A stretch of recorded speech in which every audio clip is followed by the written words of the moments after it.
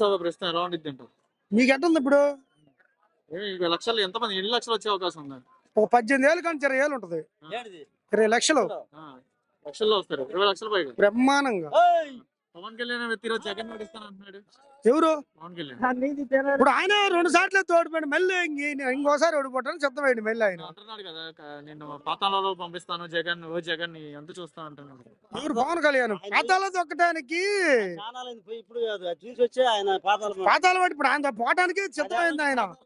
పవన్ కళ్యాణ్ జగన్ కాదు, జగన్ కాదు ఉంది అప్పుడు ఆపి ఇప్పుడు ఆయన బయటకు రాలి చాలా లేదని ఇప్పుడు దాదాపు 2011 పార్టీ పెడితే ఇప్పుడు రాలే బయటకి. ఆయన బాగలేనోడు కాదు, అట్ట ఇట్ట అనుకున్నాడు, ఆయన వదిలిపెడతారు జనం, ఇబ్బంది ఏమి లేదు. ఎవరు?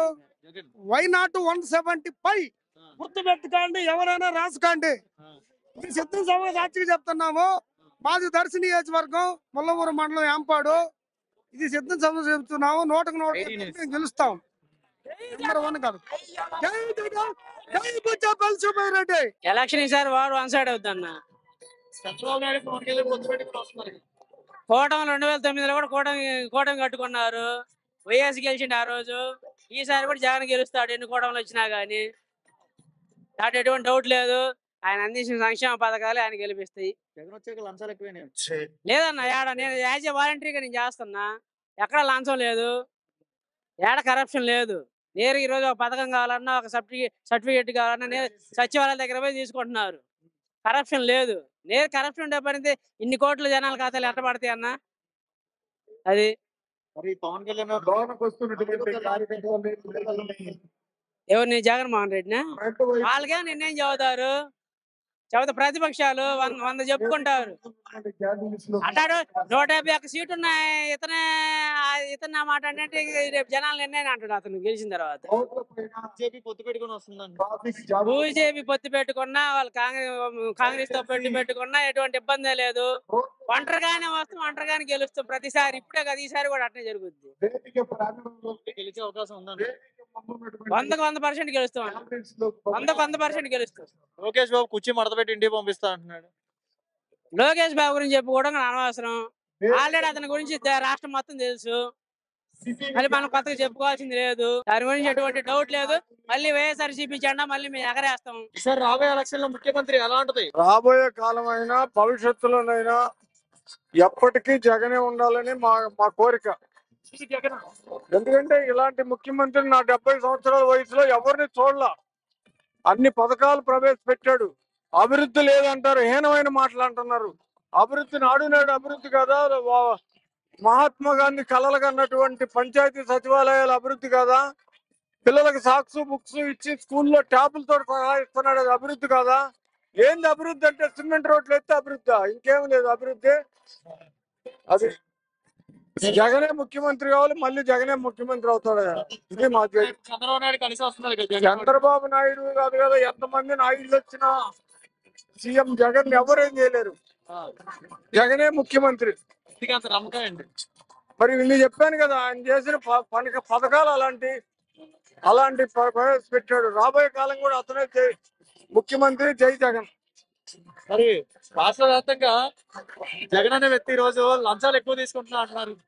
లంచాలు అనేది లేని ప్రభుత్వం అంటే ఇదే. ఆయన ఏడు నిద్రపోతా చూసాడు కానీ లంచం అనేది ₹1 పాపం వాలంటీర్లు తీసుకుంటున్నారా, లేకపోతే ఇంకేడన్నా తీసుకుంటున్నారా? రెవెన్యూ డిపార్ట్మెంట్ లేకుండా ఇలా ఊళ్ళోనే అన్ని పనులు జరుగుతూ ఉంటే సచివాలయాల్లో ఇంకా లంచం ఆడుంది. వాళ్ళు అబద్ధాలు చెప్పి బతుకుతున్నది ఎవరంటే చంద్రబాబు నాయుడు. జగనే రావాలంట. దానికి తోడు ఇప్పుడు కొంత బీజేపీ కలిసారు. బీజేపీ పవన్ కళ్యాణ్ వీళ్ళు కూడా అబద్ధమే.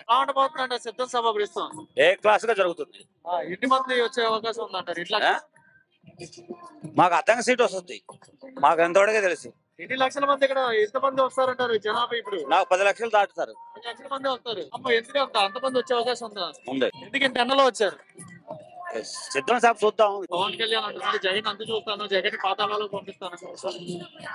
ఎవరు ఇష్టం వచ్చినట్టు వాళ్ళు మాట్లాడుతూ ఉంటారు. అది వాళ్ళ సొంత శిక్ష, వాళ్ళ ఇష్టం. నేను సంక్షేమ పథకాలు పెట్టారు కదా, ఈ పథకాలన్నీ ఉపయోగపడుతున్నాయి అంటారా? బంగారం ఉపయోగపడితేనే జనవంతం రావటం. మంచిగానే జరుగుతుంది. గెలుస్తాడంటారా ఈసారి? గెలుస్తాడా? కంపల్సరీ గెలుస్తాం. గతంలో చూశారు కదా, ఆ? చంద్రబాబు నాయుడు పరిపాలన చూశారు కదా, చూసాం, ఇప్పుడు ఇది చూసాం. పవన్ కళ్యాణ్ జగన్ ని 4వ పిల్లం అంటున్నాడు కదా. ఏ రకంగా అనుకోని వస్తాడంట, మళ్ళీ గెలుస్తాడా? గెలుస్తాడు, కంపల్సరీగా వస్తాడు. మరి జగన్ వచ్చాక లంచాలు ఎక్కువైనాయి అంటే లంచాలు లేని ఇప్పుడు అంతమంగా ఉన్నాయి. ఇప్పుడు కొద్దిగా ఒక రకంగా ఇప్పుడే తక్కువ సచివాలయాలు ఎక్కడెక్కడ విలేజ్ లో వాళ్ళకి. ఎలా ఉంది జగన్ పరిపాలన, ఎలా ఉంది ఈసారి ఎవరు వస్తారు? బాగుంది నాన్న, జగనే రావాలి. చంద్రబాబు నాయుడు పవన్ కళ్యాణ్ పొత్తు పెట్టుకొని వస్తున్నారు కదా. దొంగలు నాన్న, వాళ్ళు దొంగలు. వాళ్ళకి ఈయనే దేవుడు. ఈయన ఇళ్ళ ప్లాట్ ఇచ్చిండు, ఇల్లు కట్టించి ఇచ్చిండయ్యా. మళ్ళీ రాజశేఖర రెడ్డి ఉన్నప్పుడు ఇల్లు కట్టించి ఇచ్చిండు. మా అప్పు పడి బ్యాంకు వాళ్ళు పొలం అంతా దేశపోతుంటే రాజశేఖర రెడ్డి రుణమాఫీ చేసి మొత్తం ఇచ్చిండు. అందుకని ఇంకా అప్పుడు కానించి ఇప్పటి వరకు వాళ్ళ ఆ కుటుంబాన్ని నమ్ముకొని ఉన్నాం. వాళ్ళు 14 ఏళ్ళు ఉన్నా వాళ్ళు ఎటువంటి సాయం చేయకపోయినప్పుడు కూడా మేము జాగ్రత్తగా మీ బోటలు నమ్ముకొని బతుకుతాం. పవన్ కళ్యాణ్ ఈ రోజు ఏమంటున్నాడంటే, పవన్ కళ్యాణ్ 4వ పిల్లం అంటున్నాడు కదా, జగన్ అంటున్నాడు కదా. అది తప్పు మాటలయ్యా. నీకు కూడా కోపం వచ్చే ఉంటది, అట్లా అనకూడదు. నిన్ను నానా అని పిలిస్తే గౌరవంగా ఉంటది. మనం ఎట్లంటే అట్లా మాట్లాడకూడదు. కానీ ఓ జాగ్రత్తగా మాట్లాడాల. మన నలుగురిలో తిరిగే వాళ్ళం జాగ్రత్తగా మాట్లాడితే మనకే మంచిది. మళ్ళీ గెలుస్తాడంటారు జగన్. జగనే సార్ ఇచ్చేది. జాగ్రత్త. జగనే. ఏం చేశాడని అంత ఇల్లు ఇచ్చిండయ్యా. చంద్రబాబు నాయుడు ఇవ్వలేదా? ఆయనకి లేదు, అలవాటు లేదు నాన్న. జగన్ రావాలంటారు. అదొక్కటే నాన్న. బీజేపీ పొత్తు ఉంది. వద్దు నాన్న, ఏ పొత్తులుండా ఏది చేసినా జగనే సీఎం. 175 వస్తాయి డాడీ. అది లంచాలు ఎక్కువైనా అంటున్నాడు. లంచాలు ఎక్కువైనా అంటున్నాడు. లేదులే నాన్న, ఎక్కడా లేదు. వాలంటీర్లు ఏంది నాన్న, తెల్లారుదాం 4ంటికే వచ్చి ఇస్తున్నారు, పింఛన్లు ఇస్తున్నారు. ముసలమ్మకి రాసిపుండు పడితే 4ంటికే వచ్చి ఇస్తున్నారు పింఛన్లు. ఎవరు ఇచ్చారు నాన్న? ఏ ప్రభుత్వం ఇచ్చారు? అది